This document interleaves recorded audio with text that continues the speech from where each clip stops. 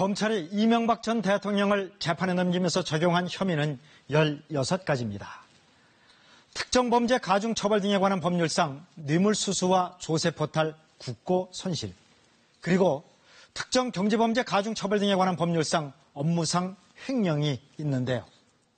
이 전 대통령이 받는 핵심 혐의로 꼽힙니다. 그런데 이들 혐의는 특징이 있습니다. 가중처벌된다는 것과 전제 조건이 충족돼야 범죄로 성립된다는 겁니다. 그 조건은 다스 실소유주 여부입니다. 검찰은 이 전 대통령이 실소유자라고 결론 내리고 뇌물과 횡령 등의 혐의를 적용했습니다. 결국 이 다스 실소유주 여부와 형량이 가장 높은 뇌물 혐의는 앞으로 재판 과정에서 양측이 가장 치열하게 공방을 벌일 핵심 쟁점이 될 전망입니다.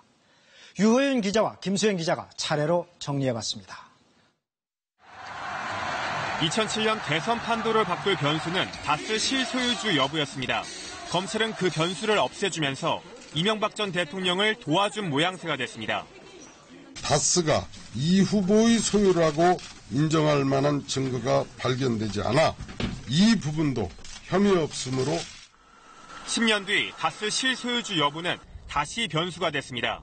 이번에도 이 전 대통령 운명을 결정하게 됐습니다. 검찰은 180도 달라졌습니다. 이 전 대통령이 주식회사 다스의 실소유자라는 사실을 확인하였습니다.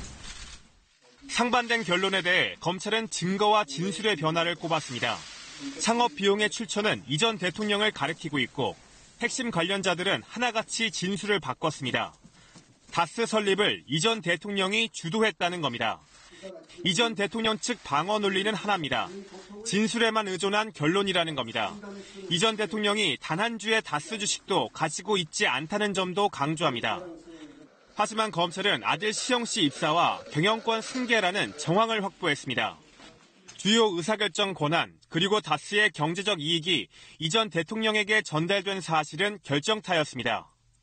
다스 법인카드를 이 전 대통령 부부가 사적으로 쓴 건 실소유주가 아니고선 불가능하다는 겁니다. 추가 입증 자료에 대한 이 전 대통령 측 방어 논리도 하나입니다. 터무니없는 주장이라는 겁니다. KBS 뉴스 유호윤입니다.